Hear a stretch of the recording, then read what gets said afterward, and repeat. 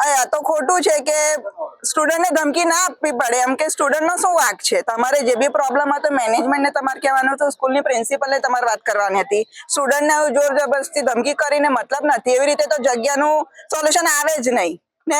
દરેક છોકરા ફીસ ભરી છે તો દરેકના સીટ મળવી જરૂરી જ છે. કોઈ ફ્રીમાં તો ટ્રાવેલિંગ કરતું નથી. એટલે એવું ના હોય કે તમે ઊભા થાવ ને અમારા છોકરા બેસે.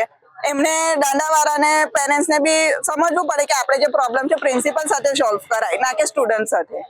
સોલ્યુશન લાવે, કાં તો બસ નાની પડતી હોય તો બીજી ટ્રાન્સપોર્ટેશન માટે બસ મુકાવે, કે એક જ બસમાં આટલા બધા સ્ટુડન્ટો ના ટ્રાવેલિંગ કરી શકે ને.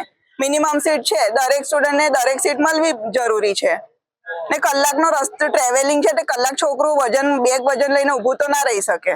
30 કિલોમીટર આવવા જવાનું કે ખાલી જવાનું?